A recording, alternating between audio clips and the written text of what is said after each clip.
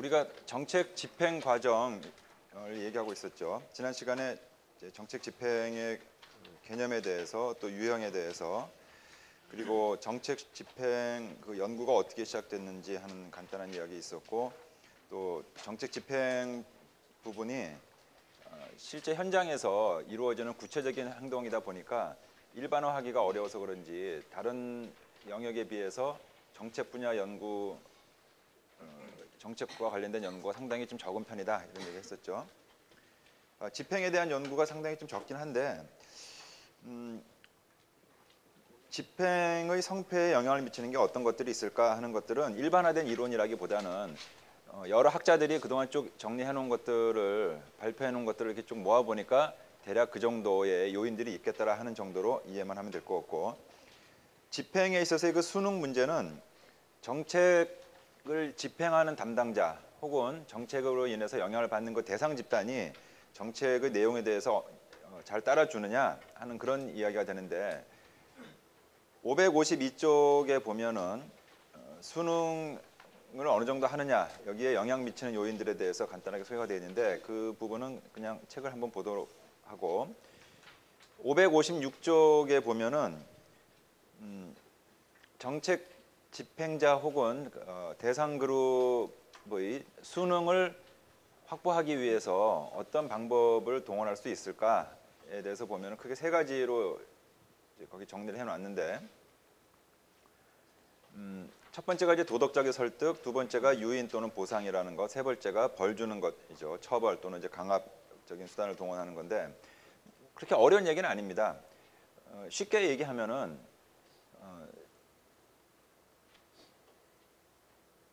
여러분들이 숙제도 열심히 하고 공부도 열심히 하고 또 시험도 잘 봐야 돼요. 그러면 수업을 담당하는 교수님이 하는 이야기를 학생들이 제대로 잘 따라줘야 되겠죠. 이걸 우리가 수능이라고 한다면은 가만히 있어도 그냥 잘들 알아서 따라주면은 좋은데 잘 따르지 않는 경우에 어떻게 할 수 있을까? 첫 번째가 이 도덕적인 설득이라는 거죠. 여러분, 학생의 본분은 공부하는 겁니다. 대한민국의 장래를 위해서 이 나라와 민족의 그리고 온 인류의 무궁한 영광과 발전을 위하여서 열심히 공부해야 됩니다. 지금 때를 지나면 공부하기 어렵습니다. 뭐 이런 식으로 이게 그렇지 않느냐 하고서 말하자면 설교하는 겁니다. 그래서 이 내적으로 모티베이션이 이루어져서 스스로 정책에 순응하도록 하는 그런 방법이 있겠다라는 겁니다. 우리나라 전통 중에 청백리 사상이라는 게 있죠.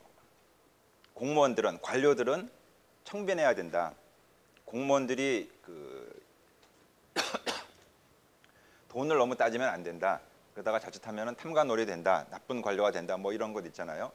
그러니까 이거를 바람직한 공무원, 관료는 마땅히 이러이러해야 된다라는 거를 계속해서 교육시키고 또 그 내용에 대해서 주지하도록 만드는 것. 이게 이제 도덕적 설득이라는 방법이고, 두 번째는 내적인 동기를 유발시키는 것 말고 뭔가 좋은 것을 준다라는 겁니다. 이때 좋은 것이라는 거는 대표적인 게 돈이 되겠죠. 그래서 잘 따르면 보너스 줄게. 요거 열심히 해가지고 성공하면은 추가로 돈 준다, 용돈 준다, 보너스 준다. 또는 물질적인 이익이 아니라고 하더라도 계급을 하나 올려준다, 특진시켜준다. 이런 식으로 어떤 물질적인 인센티브라든지 또는 뭐 승진과 관련된 그런 그 보상을 제공하는 것, 이걸 통해서 정책 집행. 세 번째로는 벌을 주는 거죠. 이건 이제 반대로 불이익을 주는 건데, 하라는 대로 하지 않으면, 순응하지 않으면 뭔가 불이익을 받는다. 그래서 벌금을 내는 것도 있을 것이고, 이거 말 안 들으면 감옥에 집어넣어 버린다. 뭐 이럴 수도 있을 것이고, 또 하라는 대로 안 하면은 승진해서 탈락시킨다. 이런 식의 소위 그 디스인센티브를 주는 것이 되는 거죠.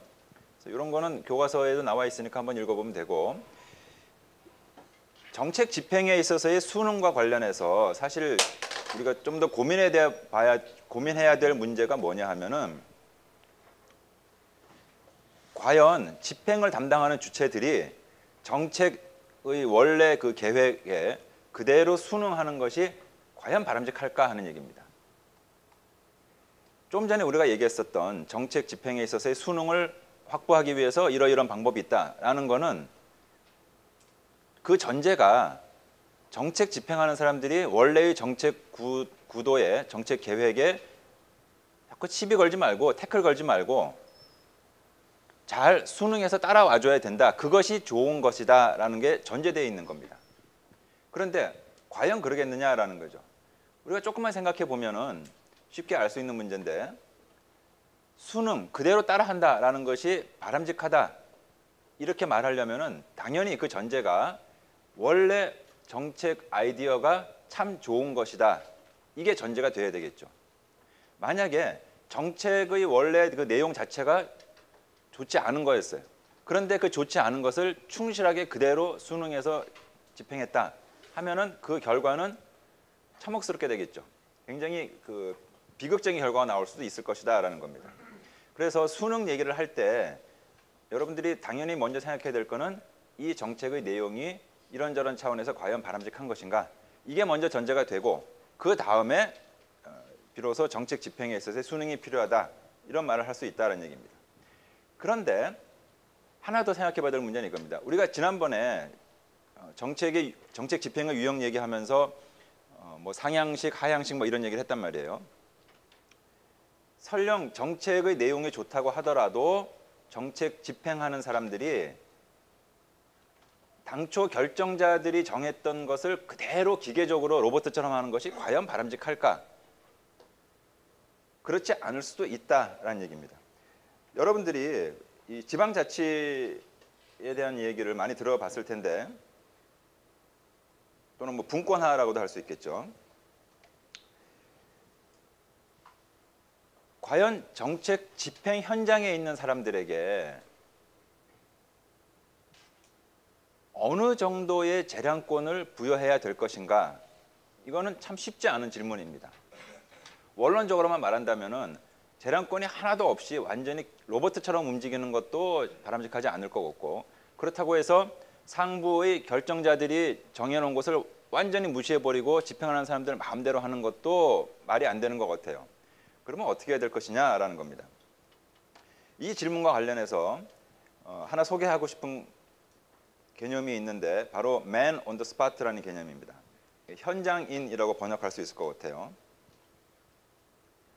Man on the Spot라는 말은요, 스파트라는 게 그 현장을 말하는 겁니다. 그러니까 우리 이 정책 집행과 관련해서 보자면은 정책 결정이 이루어지는 것은 정부 조직 핵심 고위 관료들, 고위 디시전 메이커들이 결정을 내리는 건데 그 집행이 실제로 이루어지는 거는 일선 현장에서 이루어지겠죠. 그 현장을 바로 스파트라고 하는데 맨 온 더 스파트라는 거는 그 현장에 있는 사람, 즉 현장에서 정책 집행을 담당하는 사람이다라는 겁니다. 일선 담당자에게 집행 과정에서 재량권을 주는 것이 필요한가? 이 질문에 대해서 정책의 퀄리티는 정보의 함수다라는 관점에서 한번 생각해 보려고 해요. 이 말은 무슨 말이냐? 디시전 퀄리티가 정보의 함수다라는 말. 이거 여러분들 입장에서 쉽게 생각할 수 있는 거는 시험 볼 때 시험 성적은 여러분 머릿속에 얼마만큼 괜찮은 정보가 많이 들어가 있느냐에 좌우된다라고 할 수 있겠죠. 정당하게 시험을 본다면은 당연히 공부 열심히 해서 머릿속에 지식, 정보 많이 들어가 있으면 좋은 성적을 받을 것이고 그렇지 못하다면은 시험 성적이 낮을 거예요. 즉 시험 답안지를 써낸다라는 것이 일종의 그 디시전이 되는데 그 디시전의 퀄리티는 낮아질 것이다. 우리가 이렇게 얘기할 수가 있는데 이 관점에서 보자면은 일선에서 집행을 담당하는 사람들에게 가급적 많은 재량권을 부여하는 것이 바람직하다라고 말할 수가 있어요. 반대로 중앙에서 정책 결정을 담당하는 고위 공무원들이 현장을 잘 생각하지 않고 자기들끼리 결정을 내리는 것을 흔히 비판을 할 때 탁상행정이라는 말을 씁니다. 많이 들어봤을 겁니다. 탁상행정. 그 말은 뭡니까? 현장에 정확한 정보도 없이 상세한 정보도 없이 그냥 공무원들이 자기 책상에 앉아가지고 사무실 책상에 앉아가지고 거기서 뭐 이럴 거야 이렇게 되겠지 이러면 좋겠네 라고 결정하는 것, 이걸 우리가 탁상행정이라고 보통 비판을 합니다. 왜 이런 것에 대해서 비판하느냐? 그 이유 중에 하나는 실제 현장에서 어떤 일이 어떻게 이루어지고 있는가에 대한 상세하고 충분한 정보가 없이 그냥 책상에 앉아서만 결정을 내리다 보면은 그 디시전 퀄리티는 낮아질 것이다. 그래서 탁상 행정에 대해서 우리가 비판을 한다라는 겁니다.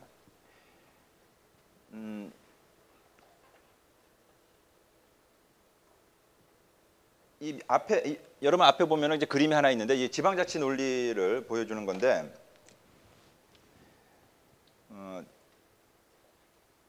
정책 집행 과정에서 담당자에게 재량권을 줘야 된다라는 논리와 중앙 집권적인 시스템보다는 지방 분권화된 시스템이 더 바람직하다라는 논리가 사실상 같은 맥락으로 이해할 수가 있어요. 약간 다른 예를 하나 들어보면은 여러분이 생선회를 좋아한다고 치고 생선회를 가장 맛있게 먹으려면은 어디 가야 될 것 같습니까? 물론 가락동 농수산시장 가가지고 거기서 도매로 온 것들 거기서 먹어도 꽤 싱싱하게 먹을 수 있어. 하지만 진짜 싱싱한 생선회를 먹고 싶으면 바다로 가야겠죠. 바닷가. 그래서 뭐 속초항이든 주문진항이든 그 동해안 바닷가에서 배에서 싣고 오는 그 고기를 바로 거기서 회쳐 먹으면 진짜 맛있겠죠. 가능만 하다면 고기 잡는 배 타고 가가지고 바다에서 잡아 올리면 그 자리에서 바로 회를 쳐서 먹으면 제일 싱싱하게 먹을 수가 있겠죠. 자, 이런 비유를 한번 생각해 봐요. 정보라는 것이 발생하는 곳, 이게 이제 바다라고 생각을 해. 그러면 정보가 가장 싱싱하고 생생하고 충분하게 있는 곳은 어디냐 하면은 사건이 발생하는 바로 그 현장이에요. 이 현장에서 발생하는 정보가 그 지역 그쪽을 담당하는 공무원들에 의해 가지고 정리가 되고 우리 그 전에 조직에서 의사 전달하는 얘기 봤었죠. 그런 식으로 전달해서 중앙에 있는 또는 고위 정책 결정자들에게 정보가 전달이 되면은 그 과정에서 마치 바닷가에서 갓 잡은 생선이 처음엔 싱싱하다가 차 타고 뭐 비행기 타고 기차 타고 이렇게 쭉 전달돼 가지고 시장까지 딱 온 다음에는 그 신선도가 떨어지는 것처럼 정보의 그 신선도가 떨어질 수 있다는 얘기입니다.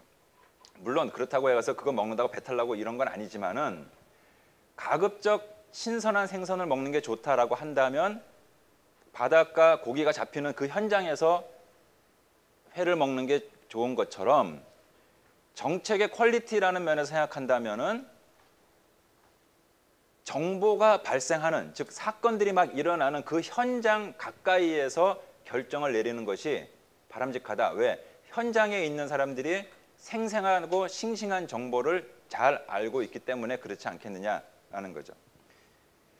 이 지방자치 논리를 가지고 다시 한번 얘기를 해보면 이렇게 될 거예요.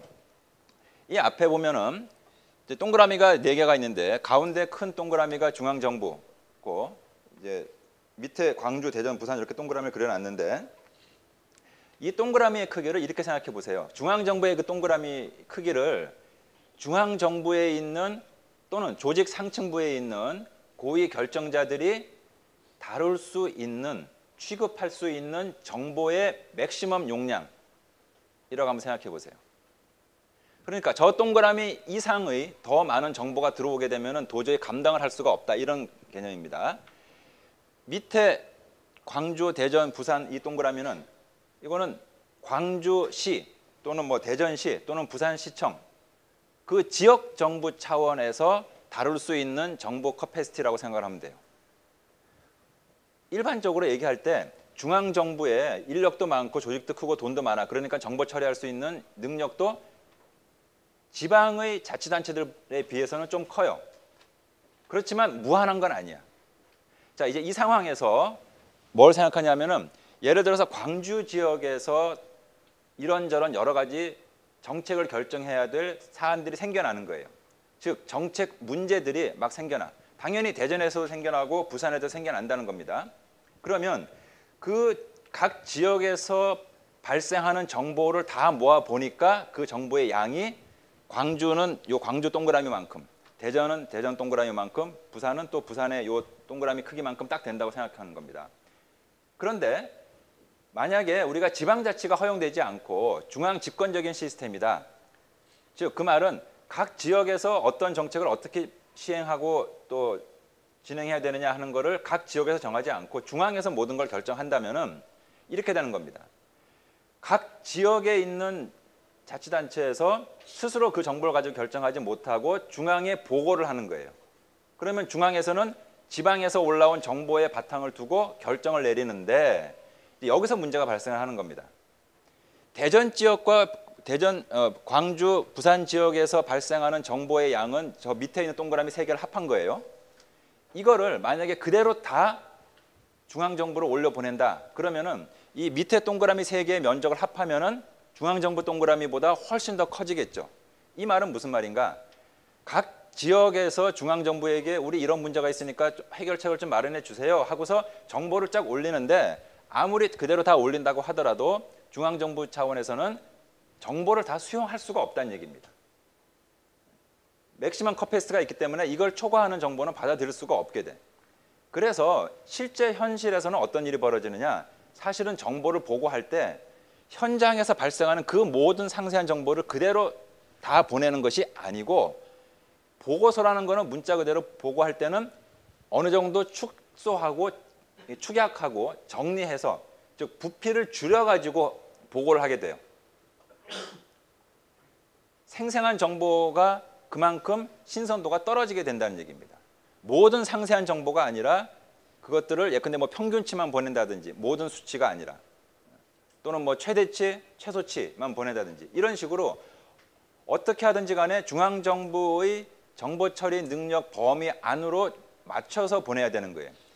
자, 그게 어떤 거냐 하면은 여기 그 각 지역에서 중앙정부로 올라가는 화살표에 동그라미, 그러니까 작은 동그라미가 그려져 있죠. 그러니까 이런 얘기입니다. 예컨대 부산 지역에서 발생하는 정보의 총량이 부산이라는 동그라미만큼인데 이걸 그대로 다 중앙으로 보내지 못하니까 축약을 시켜요. 저 작은 동그라미만큼. 그러면 대전, 그다음에 광주시 다 같이 자기네 고장에서 발생하는 정보를 축약시켜가지고 조그맣게 만들어가지고 중앙으로 보내는 거예요. 그러면 요 동그란 조그만 동그라미 3개를 합하면 그 정도는 중앙의 정보 처리 능력 범위 안에 들어가요. 그러니까 그 정도 정보라면 중앙에서도 처리할 수 있다는 겁니다. 자, 이렇게 되면 어떤 일이 벌어지느냐? 예를 들어서 대전을 놓고 생각하면은 중앙 집권적인 시스템에서 중앙 정부의 정책 결정이라는 것은 요 조그만 동그라미만큼의 정보를 가지고 결정을 내리는 거고 지방자치가 되어서 대전시에서 스스로 대전 지역에 발생하는 정보를 가지고 결정을 내릴 때는 이 밑에 있는 큰 동그라미만큼의 정보를 가지고 결정을 내리게 되는 겁니다. 그렇다면은 중앙에서 결정을 내릴 때 참고하는 정보의 양과 지방 자치단체에서 결정을 내릴 때 참고하는 정보의 양이 확연히 차이가 나겠죠. 그렇다면 우리가 처음에 얘기한 것처럼 디스턴 퀄리티라는 것이 정보의 함수다라고 본다면은 중앙 집권화된 정책보다는 분권화된 정책이 훨씬 더 디스턴 퀄리티를 높여줄 수 있겠다라는 겁니다. 그래서 나오는 단어가 바로 현장인, man on the spot라는 개념입니다. 결정을 가급적이면은 현장에 있는 사람 또는 현장에 가까운 데에 있는 사람으로 하여금 내리도록 하는 것이 좋다. 현장에서 멀어지면 멀어질수록 정보의 그 신선도 또는 그 생생한 정도가 떨어지기 때문에 디스턴 퀄리티는 낮아질 것이다 라는 겁니다. 이 논리가 동의가 됩니까?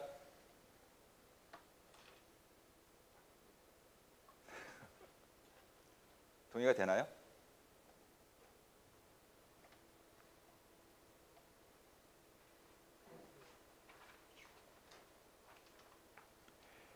상당히 그럴듯한 논리이긴 합니다. 그런데 사실은 이 논리에도 이제 우리가 굳이 비판을 하자면은 한두 가지 정도 비판을 할 수가 있을 텐데 우선 첫 번째는 내가 지금 여기 그림을 사실 이렇게 그려놨으니까 여러분들이 그런 생각을 할 수 있겠지만은 어쩌면 중앙정부의 정책결정 능력이라는 것은 여기 그림 그려놓은 것보다 훨씬 더 클 수 있어요. 그래서 지방에서 발생하는 그 모든 정보를 풀로 다 올려도 커버할 정도가 될 수 있다는 얘기입니다. 요거 자칫 잘못하면은 지방자치단체에서 근무하는 공무원들한테 굉장히 섭섭한 예가 이렇게 들 수 있겠지만은 중앙정부에서 일하는 공무원들과 지방정부에서 일하는 공무원들의 이 의사결정 능력, 문제 해결 능력이 똑같다. 요게 전제가 되면은 지금 앞에서 얘기한 현장인 개념이 적실성이 있는데, 만약에 문제 해결을 담당하는 이 정책 결정자들 또는 집행자들이 중앙이냐 지방이냐에 따라 가지고 문제 해결하면 이 논리가 사실은 적합치 않을 수도 있어요. 실제로 중앙정부에 있는 관리들, 고위 관료들하고 얘기를 하다 보면은 간혹 이런 그분들 나름대로의 불만을 종종 듣게 돼요. 그러니까 중앙에서 이렇게 쭉 관리하던 거를 이제 분권화한다고 해가지고 지방자치단체로 이렇게 쭉 토스를 해줬는데, 해놓고 보니까 지방에서 충분한 여력이 없는 상태에서 분권화된 업무를 떠맡다 보니까 일만 많아지고 그러다 보니까 제대로 잘 못 되는 경우도 있고, 차라리 이렇다면은 중앙정부에서 오히려 이 지침을 마련해 줘야 되지 않느냐, 이런 식의 불만도 중앙정부에서는 종종 합니다. 또 하나, 지역에서 발생하는 정보를 가지고 그 지방정부가 정책 결정을 한다라는 말이 지극히 타당하게 들릴 수는 있는데, 그러다 보면 어떤 위험이 발생할 수 있느냐, 대전은 대전만 생각하고 부산은 부산만 생각하고 광주는 광주만 생각하고 하다 보면은 우리나라 전체적인 차원에서의 코디네이션이 부족할 수가 있어요. 그래서 이러다 보면은 종종 발생하는 게 소위 그 님비 현상이라는 거 들어봤죠? 우리나라 전체적인 차원에서는 꼭 필요한 시설인데 각 지역에서 지역 주민들의 의견만 가지고 하다 보니까, 그쪽 사정만 신경 써서 하다 보니까 아무도 자기 동네에는 만들려고 하지 않아. 그래서 그 대표적인 예로 들 수 있는 게 화장장이라든지 이런 좀 혐오 시설이라고 불리는 것들이라든지, 또는 방사능 물질 그 핵 폐기물 저장 탱크라든지 이런 그 위험한 시설물 같은 경우, 분명히 우리 사회 전체로 보면은 반드시 있긴 있어야 되는데, 각 지역 정부로 하여금 모든 걸 결정하게 하다 보면은 아무도 자기 동네에 놓지 않으려고 하다 보면은 전국적인 차원에서, 국가 전체적인 차원에서의 코디네이션이 부족할 수 있다는 겁니다. 이런 한계가 있긴 있어요. 그럼에도 불구하고 우리가 원론적으로 생각한다면은 정책 결정의 퀄리티가 정보의 함수라는 걸 우리가 인정한다면, 가급적 정보가 발생하는 곳에서 가까운 데에 있는 사람이 정책 집행을 담당하도록 하고, 결정을 상부에서 했다 하더라도 집행하는 과정에서 충분한 재량권을 주는 것이 바람직하겠다라는 거죠.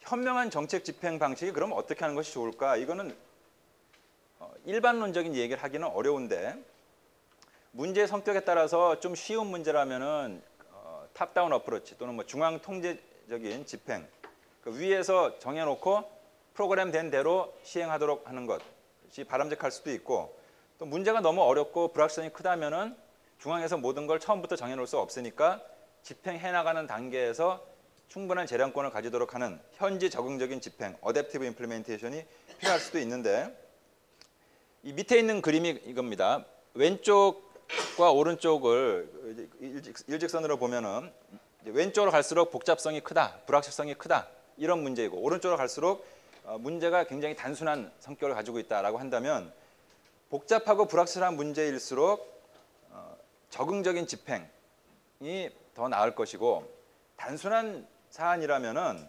이것까지 집행자에게 일임할 필요는 없고 중앙에서 모든 걸 그냥 컨트롤해도 되겠다라는 겁니다. 여러분들이 주민등록 초본 또는 뭐 등본을 떼고 싶어요. 그럼 어떻게 합니까?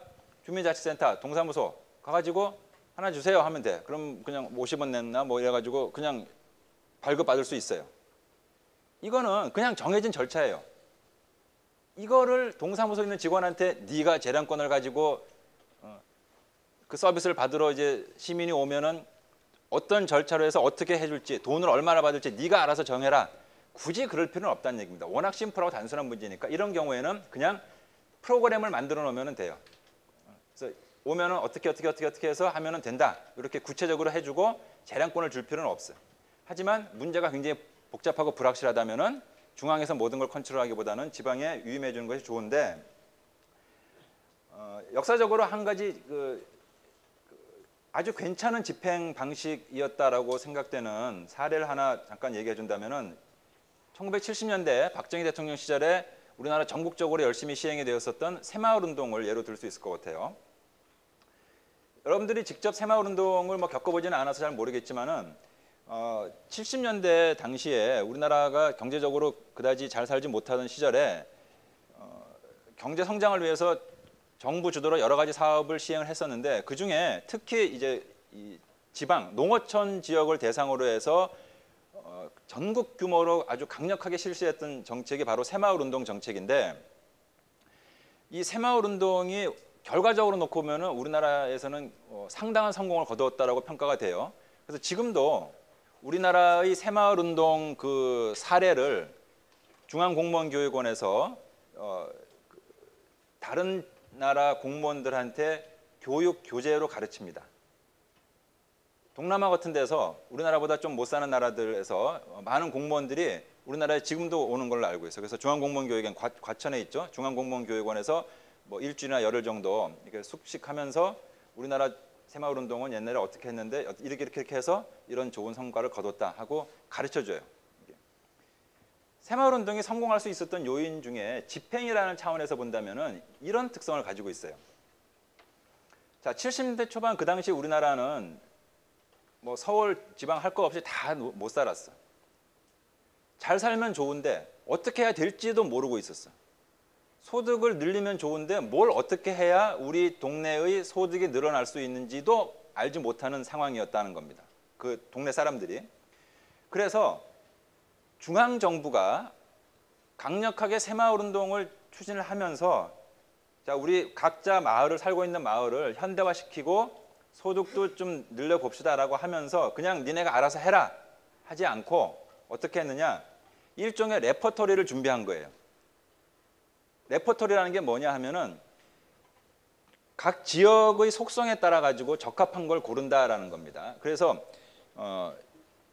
예를 들면은 농촌 지역에서 또는 뭐 어촌 지역에서 또 인구 규모가 어떠면 되고 이런 식으로 몇 개의 그 유형을 나눠 가지고 이런 유형 동네라면은 A라는 프로그램을 적용시키면은 괜찮을 거다. 그래서 유형을 나눠 가지고 몇 개의 그 샘플 프로그램을 준비를 한 거예요. 그러니까 레퍼토리라는 거 그전에 정책 결정 이론하면서 얘기했었죠. 따라 하다 보면은 그냥 뭔가 나온다는 거 있었잖아요. 그런 식의 레퍼토리를 준비해 준 거야. 그러니까 니네 동네에서 적합하다고 생각되는 거 골라서 거기에 지시된 대로 그대로 따라 하면은 괜찮게 될 거다라는 거죠. 그런데 중요한 사실은 이겁니다. 중앙정부에서 각 지역 마을 사람들한테 당신네는 이런 유형에 적합하니까 이거를 그대로 해라고 지시한 것이 아니라 중앙정부에서는 자, 이런 레퍼토리가 있습니다 하고서 쭉 나열만 해놓은 거야. 선택은 각 지역에서 알아서 하십시오 한 거죠. 그럼 각 지역에서 자기네 동네의 사정은 자기네들이 제일 정확히 알겠죠. 그 정보를 중앙으로 올려 보낸다면 중앙정부가 아까 그림에서 본 것처럼 그 모든 상황을 정확하게 파악하기는 쉽지 않을 거라고. 그래서 중앙정부에서 구체적으로 니네는 이거 해라 지시하지 않고 그 대신 여러 개의 유형만 쭉 제시를 하고 그중에 어떤 걸 선택할 거냐 하는 거는 각 지역에서 알아서 선택해서 실시하도록 했다는 겁니다. 그런데 자기네 동네에 적합한 프로그램을 실시하려고 하다 보면은 여러 가지로 또 부족한 것들이 있을 거예요. 뭐 인력이 부족할 수도 있고 또 정보 체계가 부족할 수도 있고 또는 뭐 돈이 부족할 수도 있고. 그래서 중앙정부에서 각 고장에서 우리는 이런 프로그램을 하고 싶은데 이런 건 좀 부족하다 하면은 그 부족한 것들에 대해서 중앙정부에서 일정 부분 지원도 해줬다라는 겁니다. 자, 이런 형식은 이 전형적인 그 절충 스타일이 될 텐데 중앙에서 모든 걸 상세하게 결정해주는 스타일도 아니고 그렇다고 모든 걸 야 니네가 그냥 알아서 다 해라 라고 자율이라고 해서 그냥 무조건 방임해 두는 것도 아니고 중앙에서는 몇 개의 그 괜찮은 프로그램만 만들어 놓고 지방에서는 그중에서 자기네 동네의 성격에 가장 잘 맞는 걸 골라서 시행을 하고 그 시행하는 과정에서 좀 부족한 것이 있으면 중앙에서 그 프로그램에 관해서 좀 도와주고 이런 식으로 중앙과 지방이 적절하게 역할 분담이 이루어져서 잘 이루어졌다라는 겁니다.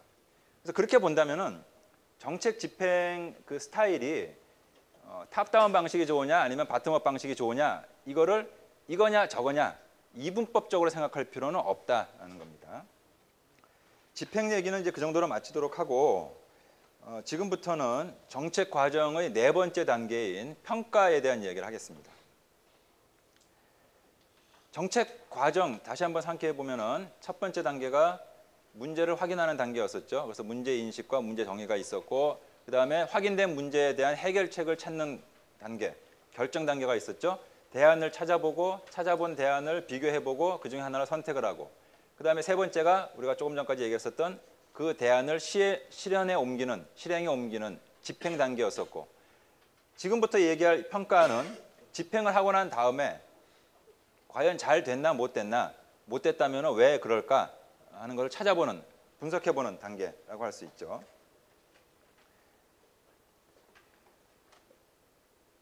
정정길 교수님 교과서에는 11장에 정책 평가에 대한 논의가 쭉 나와 있는데 정책 평가의 개념을 잠깐 보면은 시행했던 정책이 원래 문제를 잘 해결했는지 또 만약에 제대로 되지 않았다면은 왜 얼마만큼 잘못되었는지 그 이유가 뭘까 하는 것도 분석하는 것을 우리가 정책 평가라고 합니다. 그 전에 이거 얘기했을 텐데 강의 노트에 보면은 정책 분석과 개념적 비교라는 것 있죠. 통상적인 개념으로는 정책 분석이라는 말은 대개 결정하기 이전에 고민해보는 단계이고 정책 평가라고 한다면은 대안을 평가하는 것이 아니라 시행한 다음에 그 결과를 놓고 이제 평가하는 것으로 생각을 하면 될 겁니다. 이 앞에 파워포인트 보면은 현재 우리나라의 정부 업무 평가 기본법이라는 게 있어요. 그래서 이 법에 의거해서 개별적인 정책 평가뿐만이 아니라 정부 각 부처들 그리고 공식적인 관료들이 일하는 정부 기관이 아니어도 공공기관으로 속하는 많은 부서들에 대해서 평가를 하게 되어 있는데 뭐 상세한 거는 굳이 볼 필요 없겠지만은 이 법에는 평가를 이렇게 해놨어요. 일정한 기관, 법인 또는 단체가 수행하는 정책, 사업, 업무에 관해서 그 계획 수립, 집행 과정, 결과 등을 점검, 분석, 평정하는 것을 말한다. 이렇게 법에 나와 있어요. 그리고 실제로 이런 내용들을 다양한 관점에서 정책 평가가 이루어지고 있어요. 지금도.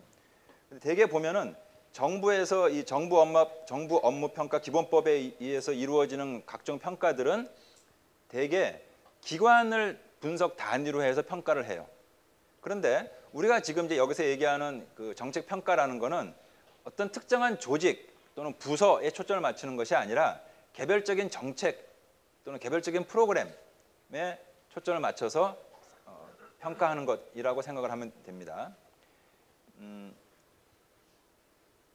정정길 교수님 책의 624쪽을 보면은 624쪽에 소위 신공공관리론 얘기가 나오는데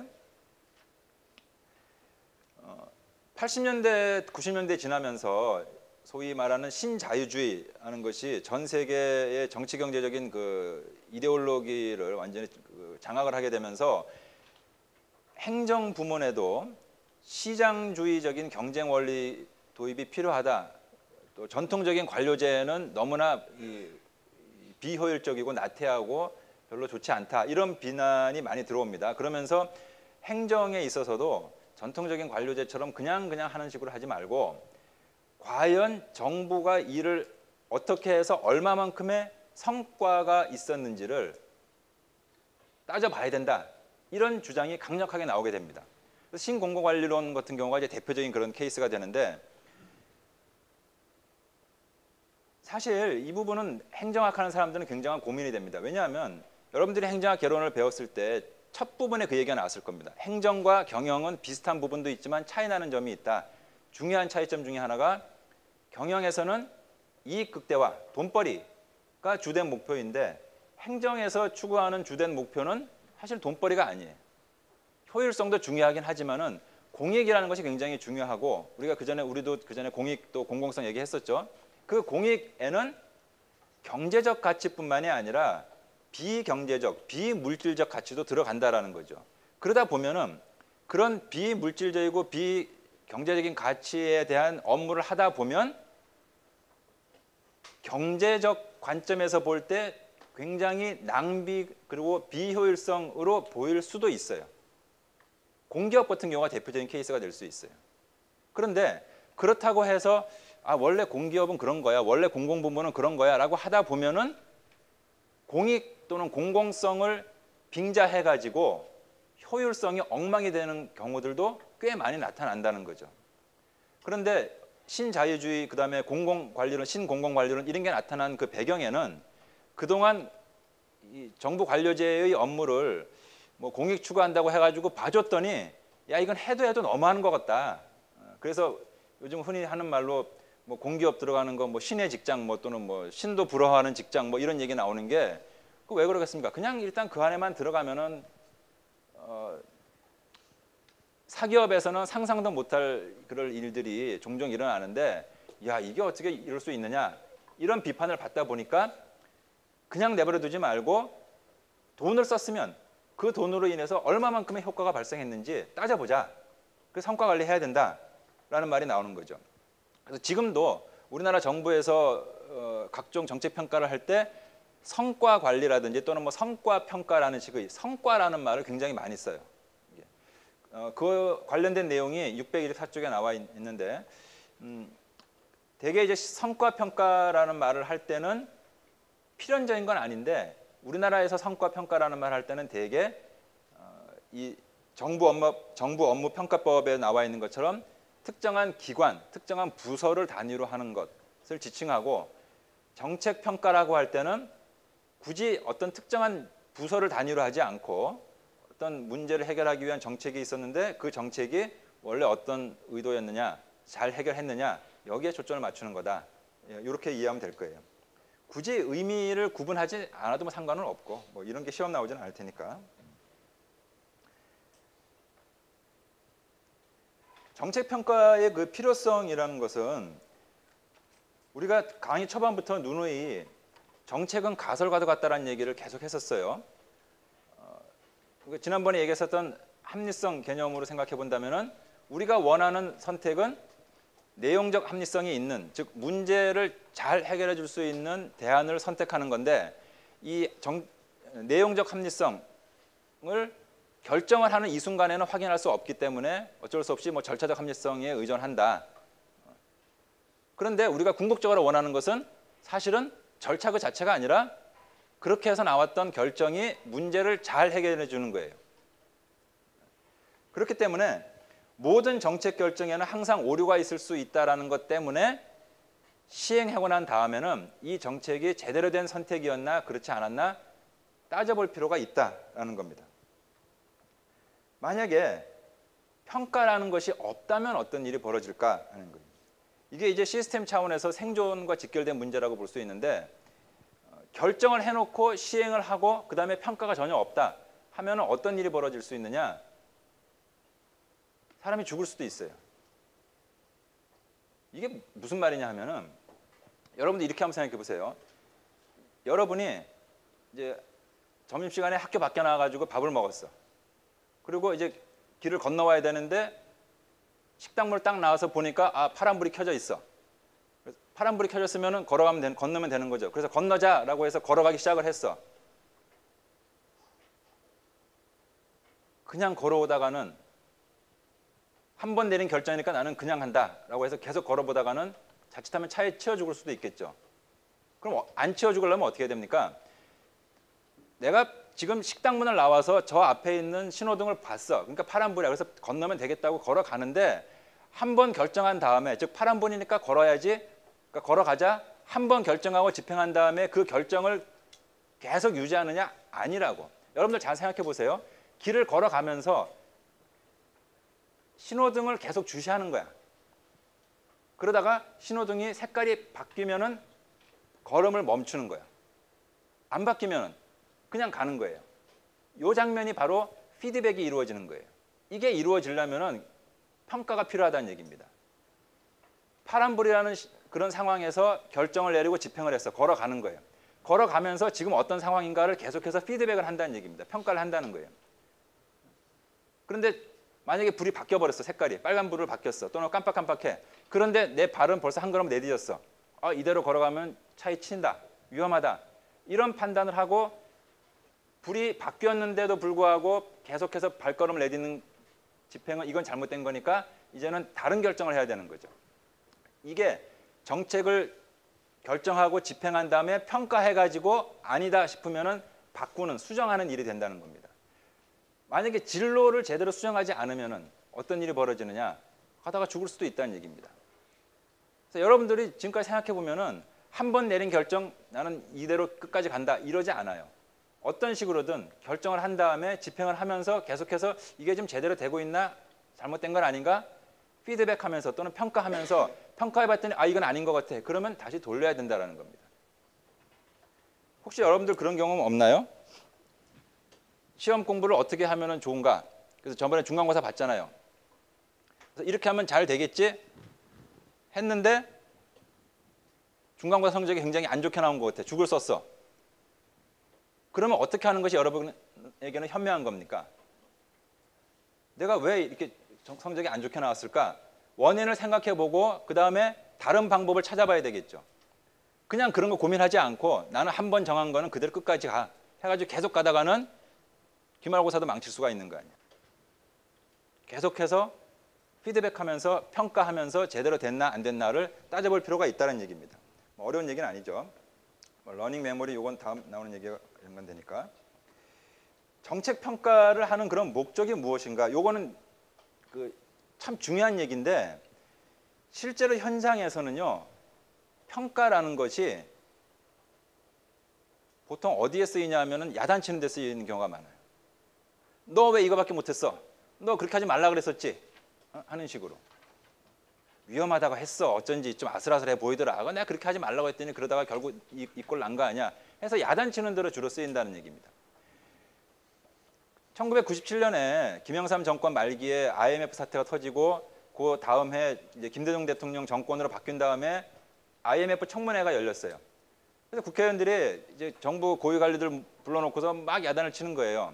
그런데 IMF 청문회라는 거를 우리가 정책 평가라는 관점에서 보자면은 그 청문회를 통해서 우리가 얻어야 되는 진짜 유익은 뭐냐 하면은 도대체 그때 어떤 식으로 했길래 나라가 이렇게 됐느냐 그걸 알아내야 되는 거예요. 그걸 알아내야 그러니까 우리가 다음부터는 그런 식으로 하지 말자라는 중요한 정보를 얻을 수가 있게 되는 거예요.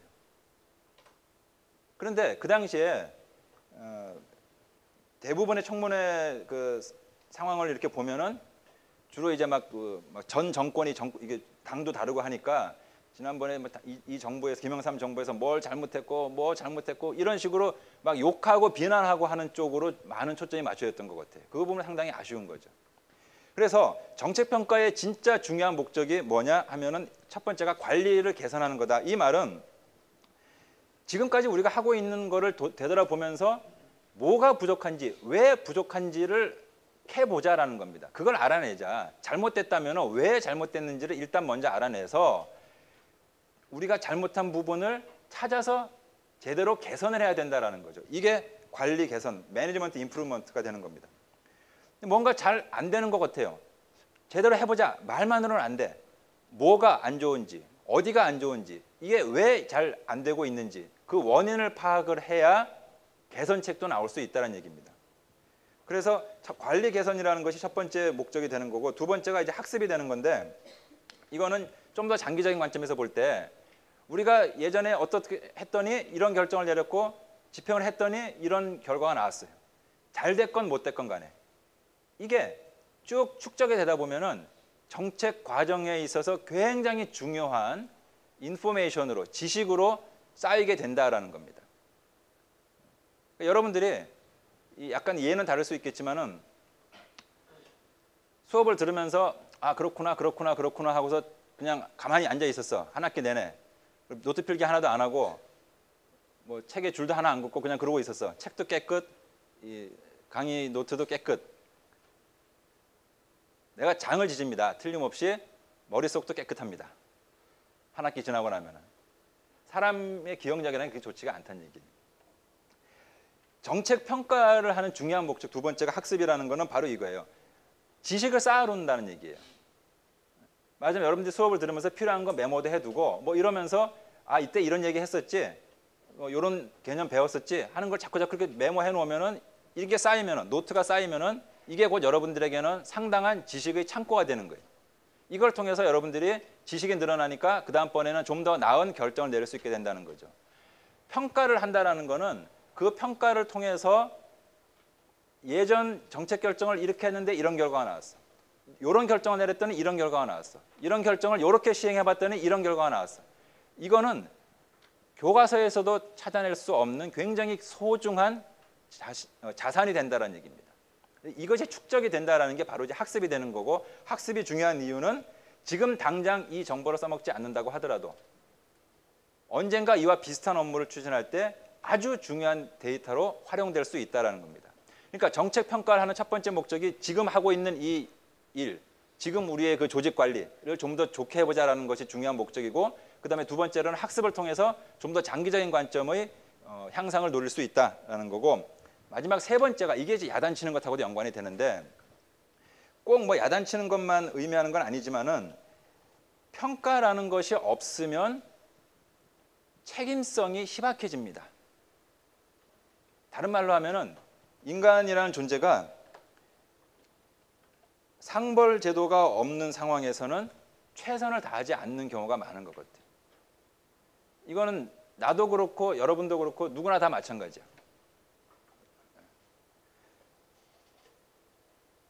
잘하면 상을 주고 잘 못하면 벌을 주고 하는 것. 이거는 뭔가 근거가 있어야 되겠죠. 그 근거가 되는 게 바로 평가 자료가 되는 겁니다.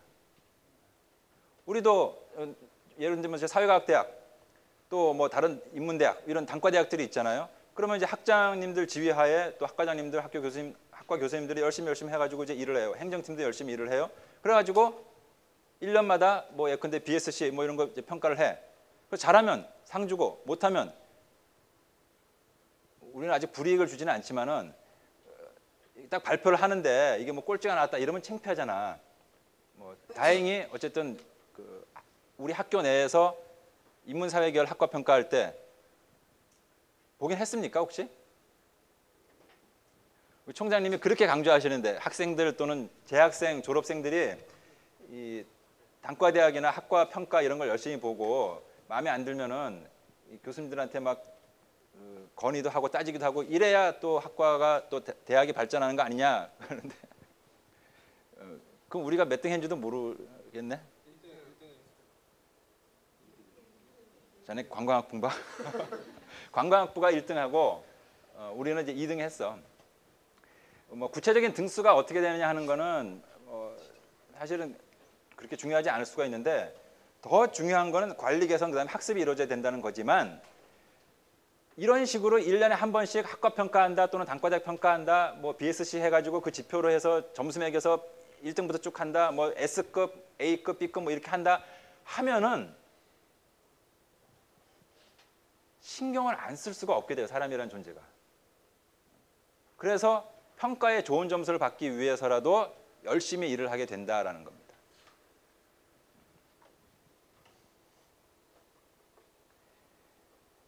책임성 또는 책무성이라고 하죠.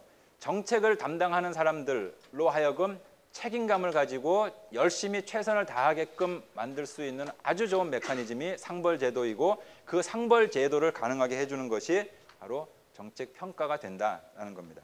그런데 내가 나중에 또 자세히 얘기를 하겠지만은 평가라는 게 사실은 굉장히 어렵고 까다롭고 참 애매한 작업이 돼요. 그런데 사람들은 어쨌든 평가의 대상이 되면은 그 평가의 틀에 맞춰가지고 좋은 점수를 받으려고 발버둥을 치게 돼 있어. 그러다 보니까 이 말이 좀 이상할 수 있지만은 평가 지표의 노예가 돼가지고 이건 아니다 싶으면서도 다들 거기에 매여서 사는 경우들을 종종 보게 됩니다. 중앙일보 대학 평가가 전형적인 그런 케이스예요. 내가 알기로는 대한민국 대학 총장님들 또는 뭐 교무차장 모임 이런 거 하면은 다들 조금 말도 안 되는 식의 평가 시스템이다라고 얘기해요. 그런데 현실에서는 어쩔 수가 없어. 현실에서는 그냥 다들 중앙일보에서 우리 학교가 이번에 몇 등 했어. 뭐 이거 가지고 작년보다 떨어졌네 하면은 도대체 뭘 어떻게 했길래 총장님은 교수님은 뭐 하고 했길래 이렇게 됐냐 해가지고 동문들도 막 야단치고 막 이래. 또 점수 잘 나온 데는 막 신문 광고를 막 내면서 이제 입학 광고 같은 거 할 때도 막 우리는 막 몇 등 했다 해가지고 막 이렇게 내고 막 이렇게 자랑하고 막 그래. 그러니 또 신경 안 쓸 수가 없어. 이 부분은 할 얘기가 참 많은데 나중에 그때 해당되는 부분 나올 때 그때 조금씩 해주도록 할게요. 이 얘기는 공개가 돼도 괜찮을 것 같아요.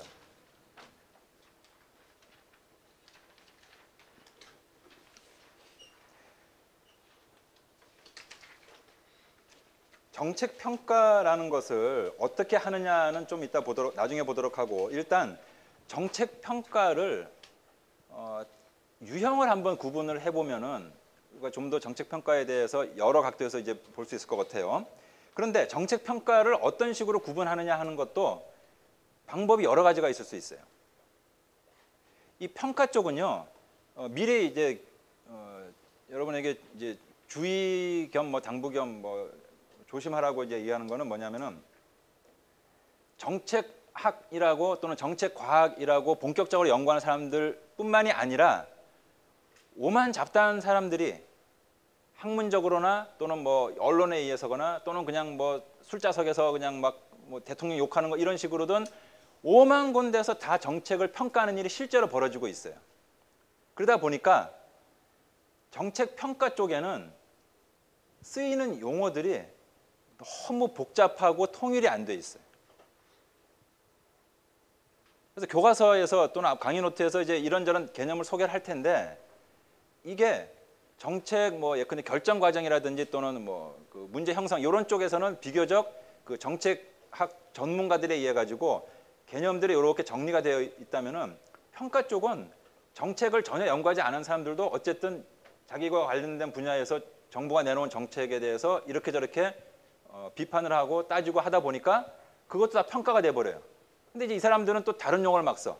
그래서 개념들이 단어들이 막 혼란스럽게 사용이 되고 있다 하는 거를 일단 먼저 내가 주의사항으로 얘기를 해주고 이제 그러다 보니까 정책 평가의 그 유형도 구분하는 방법 자체가 여러 가지가 있을 수 있다는 겁니다. 우선 첫 번째는 대상에 따라서 그러니까 어디에 초점을 맞추느냐에 따라 가지고 분류를 해본다면은 과정 평가와 결과 평가, 프로세스 이밸리에이션, 아웃컴 이밸리에이션으로 일단 구분할 수가 있어요.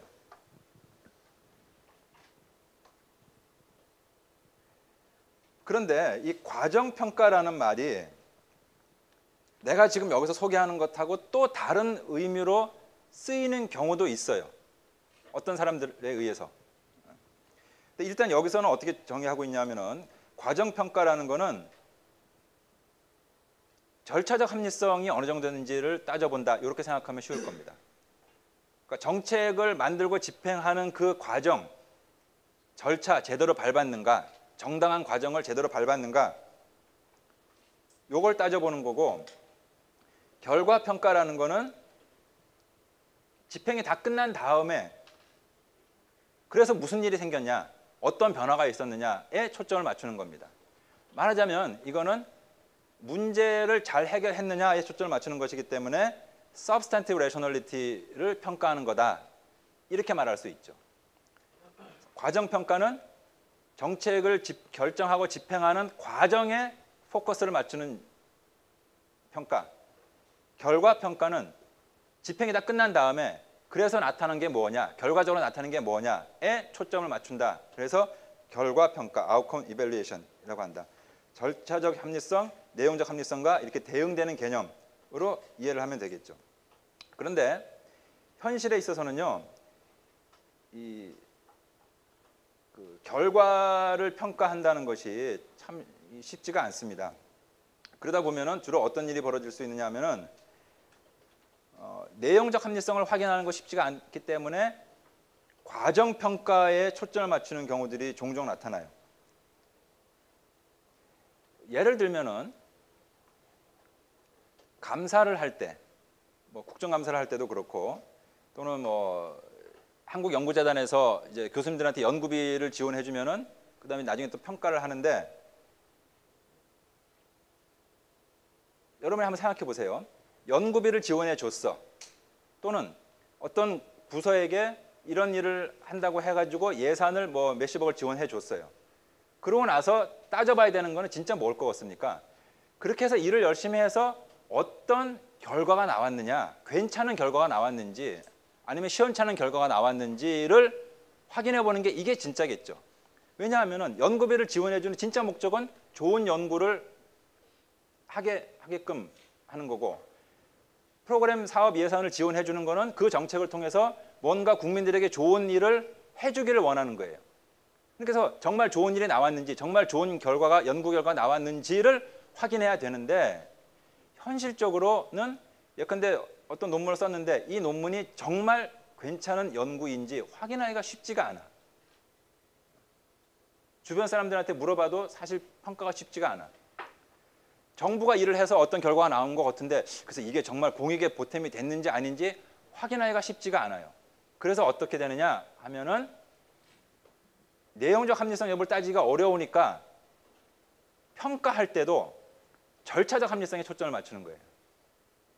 당신이 이 일을 쭉 진행하는 동안에 법대로 했냐, 규정대로 했느냐, 제대로 도장 받을 때 다 받았느냐, 보고할 거 제대로 보고했느냐, 여기에 초점을 맞추는 거예요. 요번에 그 국정감사에서 검찰 대해 가지고 여러분 그거 얘기 많이 들어봤죠. 그래서 뭐 국정 뭐 그 수사하는 데 있어 가지고 뭐 보고를 했는데 뭐 이 사람은 나는 분명히 그 지검장한테 보고했는데, 그 사람은 아예 그냥 집에 와서 그냥 뭐 술 마시면서 이런저런 얘기하는데 그건 보고가 아니지 뭐 이런 거. 그래서 보고했냐 안 했냐, 왜 보고해야 되는데 안 했어? 여기에 초점을 맞추는 거예요. 이거는 전형적인 과정평가가 됩니다. 수사를 해나가는 과정에서 꼭 지켜야 될 이런 단계들이 있어요. 누구한테 보고를 꼭 하게 돼 있어. 근데 왜 안 했어? 그러니까 넌 잘못된 거다라는 겁니다.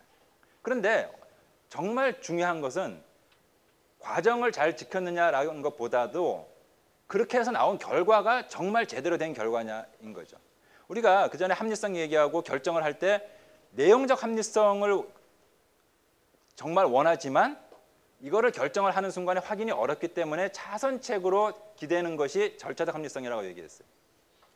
진짜 우리가 원하는 건 내용적 합리성이에요. 평가에 있어서 그런 현상이 나타나는 경우가 많다는 얘기죠. 결정을 한 다음에 이게 정답이었냐 아니었냐, 여러분이 시험 볼 경우에는 교수님이 채점을 해주니까 정답이냐 오답이냐가 확연히 드러나. 그런데 정책의 경우에는 우리가 나중에 또 보겠지만 많은 경우 이게 분명히 무슨 결과가 나오긴 나왔는데 이게 지금 잘 된 거냐 못 된 거냐 확인하는 게 쉽지 않아요. 여러분 4대강 사업 그 결과가 좋습니까 나쁩니까? 잘 몰라. 뭐 녹조가 많이 생겼다는데요. 그거는 뭐 다른 나라 녹조가 많이 생겼대요. 뭐 이번 여름에 워낙 더워서 그런지. 그러니까 뭐 아닌 것 같기도 하고 잘 된 것 같기도 하고 또 이런저런 문제가 있다고 하니까 그런 것 같기도 하고 또 그거 좋다고 했던 사람들을 얘기 들어보면 또 아닌 것도 같고 헷갈려. 그래서 많은 경우에 정책이 시행된 이후에도 이게 정말 잘 됐나 못 됐나 하는 거를 확인하는 것이 쉽지가 않아요. 반면에 절차 제대로 밟았느냐 요거는 분명히 드러나. 보고하라 할 때 했느냐, 언제까지 해야 된다고 기한이 정해져 있는데 기한 넘기지 않았냐, 요거는 분명히 드러나 있어. 요거는 적발하기가 쉬워요. 그래서 여기에 초점을 맞춰가지고 왜 하라는 대로 안 했냐, 이런 일이 벌어지는 거죠. 실제로 있었던 그 좀 웃지 못할 사건 하나. 1988년도에 우리나라에서 올림픽이 열렸습니다. 그 당시에 그 올림픽 준비하는 동안에 몇 년 동안 우리나라가 온통 그냥 올림픽 하면서 이거 중요하니까 잘 준비해야 된다라고 강조를 했는데, 그 당시에 내가 들은 얘기 중에 좀 흥미로운 게 이거예요. 태릉 선수촌에 체력 측정하는 기계를 뭐 하나 새 거를 도입을 했답니다. 굉장히 비싼 돈을 주고 운동 선수들 체력 측정하는 걸 뭐 이렇게 도입을 했대요. 그런데 이제 도입한 다음에 1년 지난 다음에 이제 그래서 어떤 일이 있었나 잘 됐나 해가지고 이제 봤더니 한 번도 안 썼어. 그 비싼 돈을 주고 산 최첨단 체력 측정 기계를 올림픽 대비하라고 선수들 그 도움되라고 사온 기계를 한 번도 안 썼다는 얘기. 그래서 왜 안 썼을까? 선수들이 뭐 필요성을 못 느꼈나? 왜 이래 됐나? 알아봤더니 어떻게 됐냐? 하니까 그 기계를 관리하는 담당자가 안 쓴 거야. 왜 안 썼을 것 같아요? 귀찮은 것도 있지만 더 심각한 문제는 그 사람 개인 입장에서 심각한 문제는 그 기계를 사용하다가 만약에 고장이 나봐. 그러면 당장 문제가 되는 거예요. 너 도대체 관리를 어떻게 했길래 이 비싼 기계를 이렇게 망가뜨렸냐, 이 나쁜 놈아 해가지고 자기가 이제 감사해서 걸리면 욕을 먹게 돼. 기계를 안 돌리면 고장은 안 나요, 당연히. 그런데 그 기계를 도대체 왜 갖다 놓은 겁니까? 선수들 체력 측정해가지고 운동 잘하라고 도와주라고 만들어 사온 거예요, 그 기계는.